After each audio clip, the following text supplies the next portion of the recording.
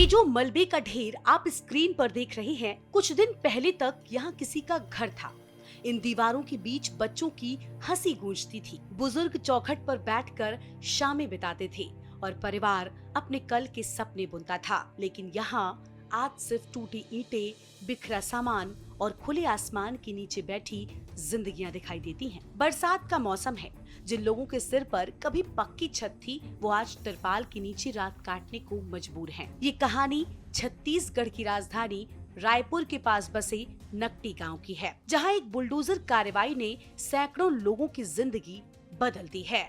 29 जून 2026 की तड़के नकटी गांव में प्रशासन की टीम पहुंची। कार्रवाई से पहले पूरे इलाके की बिजली काट दी गई और उसके बाद बुलडोजर चलाकर 80 से अधिक मकानों को अवैध अतिक्रमण बताते हुए गिरा दिया गया। कुछ ही घंटों में पूरा गांव मलबे में बदल गया। जिन घरों में रात तक चूल्हे जल रहे थे, वहां सिर्फ टूटी दीवारें और बिखरा सामान बचा था। कई परिवारों को उसी दिन से खुले आसमान के नीचे रहने के लिए मजबूर होना पड़ा। गांव के लोगों का कहना है कि वो इस जगह पर पिछले 30-40 और कई परिवार तो 50 से 60 सालों से रह रहे थे। उनकी माने तो उन्होंने अपनी मेहनत की कमाई से एक एक ईंट जोड़कर घर बनाए थे। किसी ने खेत बेचकर मकान बनाया, किसी ने पूरी उम्र की बचत लगा दी। आज वही घर मलबे में बदल चुके हैं। हम इस वक्त आए हैं नकटी गांव में। नकटी की कहानी आप लोग कुछ दिनों से सुन रहे हैं। 25 दिनों से यहाँ पे सभी का मकान तोड़ दिया गया है और आज जब बारिश हो रहा है उसके बाद भी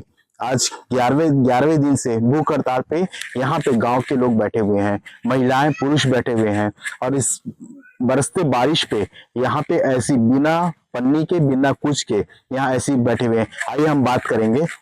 बताएंगे 11 दिन से आप लोग भूख हड़ताल में बैठे हुए हैं, बताएंगे क्यों? जी, जय जवाहर संगवारी हो। मोर नाम है पार्वती साहू और जब ले मैं सुने हो कि नकटी गांव के एक गरीब मजदूर के घर ला ये बारिश के मौसम में, जो कि ये छत्तीसगढ़ की सुशासन सरकार है, गैर कानूनी रूप से एकर मन के घर में बिना पूर्व सूचना दिए 15 दिन पूर्व सूचना दिए बिना व्यवस्थापन के एकर मन के घर में बुलडोजर भेज करके पुलिस बल के द्वारा मतलब जबरदस्ती घर ले निकाल के एकर मन के घर में बुलडोजर चला के घर ले बेघर करे है, जेना बहुत ही पीड़ादायक दयनीय है और हृदय विदारक है। जेकर से मैं प्रेरित होकर के एक नकटी गांव के भाई बहनी मन ला न्याय दिलाए बर मैं एक पढ़े लिखे सिविल इंजीनियर जो मकान के इंजीनियर होते ओकर इंजीनियर और वकालत के कानून के जानकारी रखे के नाते में बोले कि पढ़े लिखे बेटियों जरूर एक मन के साथ अन्याय हो, लड़ाई लड़ना चाहिए। ऐसे सोच के आज मैं लगातार लड़ाई लड़े हो। आप मन सुने हो कि जब मैं 12 तारीख को पदयात्रा निकालूं बोले हो कि ताकि ये गरीब मजदूर के आवाज ला मैं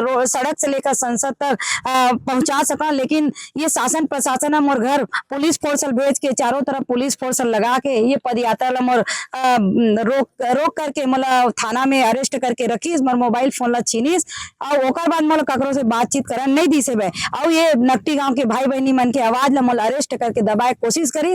ओकर बाद भी आवाज ला दबा नहीं पाई। मैं लगातार नकटी गांव के भाई बहनी मन के लिए लड़ाई लड़ा था और मैं कभी नकटी गांव सत्याग्रह करे का अनुमति मांगे तब मोल शासन नहीं दी से। ओकर बाद में लास्ट में अब मैं अनिश्चितकालीन आमरण अनशन में फिर 14 तारीख से बैठे हूँ और आज मतलब बैठे 11 दिन हो गए मैं बिना खाए पिए बैठे हूँ। लेकिन शासन प्रशासन ला सूचना दे के बाद भी आज 11 दिन हो गए कोई मोल स्वास्थ्य सुविधा उपलब्ध नहीं कराए, न कोई जो पुलिस सुरक्षा वो सुविधा उपलब्ध नहीं कराए। बताएंगे 25 दिनों से आप लोग बैठे हुए 25 दिन से बैठे भैया, लेकिन का मजा ले भाजपा सरकार हमार मन के बात ला सुन ली। जिहा जाथन तिहा हमारा पुलिस के द्वारा रोक लिए जाते। हमार मन के बात ला मतलब बात ला रखेज बर तो जाथन भैया, हमन कुछ थोड़ा ना जाथन। सिर्फ हमार मन की ये कहना है कि आप मन आए बरसात में हमार घर ला सिर्फ 48 घंटा के अंतर्गत नोटिस दे हो और वो भी ना छुट्टी के समय, जेमा सरकारी छुट्टी रहीस ना 4 दिन लगातार सरकारी छुट्टी रहीस, वही में हमारा नोटिस दी से 26 तारीख के जे दिन मुहर्रम रिश्ते दिन और ओकर एक दिन के बाद जस्ट 29 तारीख को कबीर जयंती रहीस ना, वो दिन हमार घर ला आन के मतलब सुबह से मतलब रात भर तो पूरा बल तैनात हो गई पुलिस बल और सुबह हमार घर पूरा टूट गए भैया।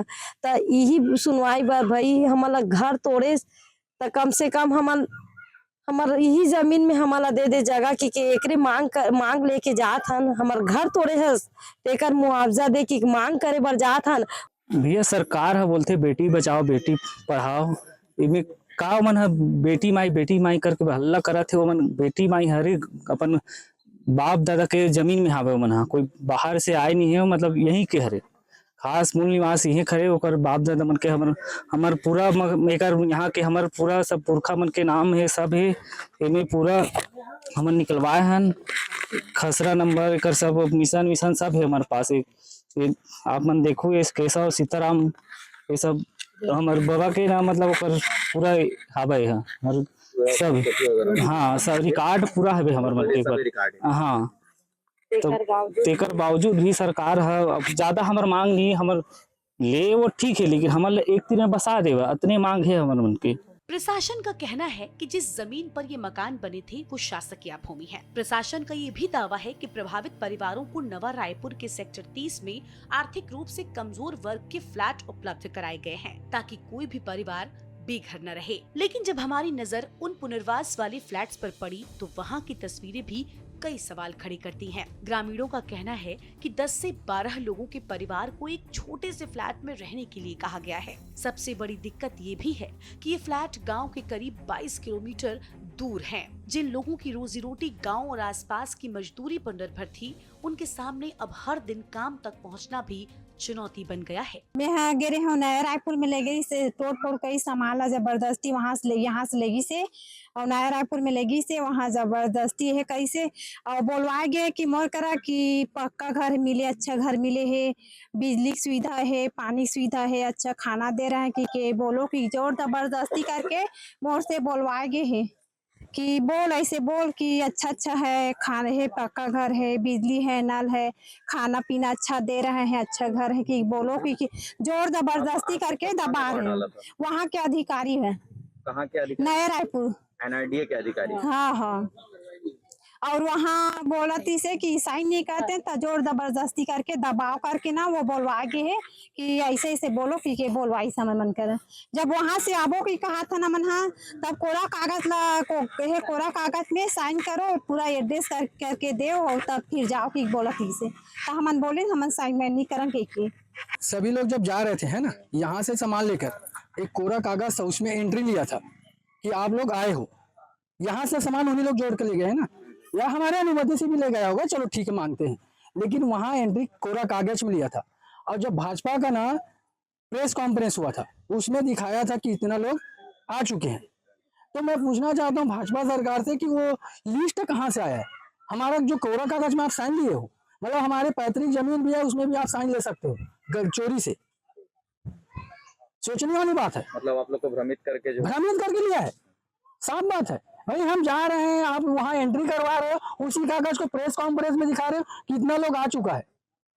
अभी दिखाओ ना कितना लोग है। बच्चों की पढ़ाई भी इस पूरी घटनाक्रम से प्रभावित हुई है। जिन स्कूलों में वो रोज जाते थे वो अब काफी दूर हो गए हैं। जिन परिवारों के पास गाय, बैल और दूसरे पशु हैं, उनके सामने ये चिंता है कि उन्हें कहाँ रखा जाए। गांव में जो जीवन उन्होंने सालों में बसाया है वो अब अचानक पूरी तरीके से बदल चुका है। इस पूरे मामले में एक और सवाल भी लगातार उठ रहा है।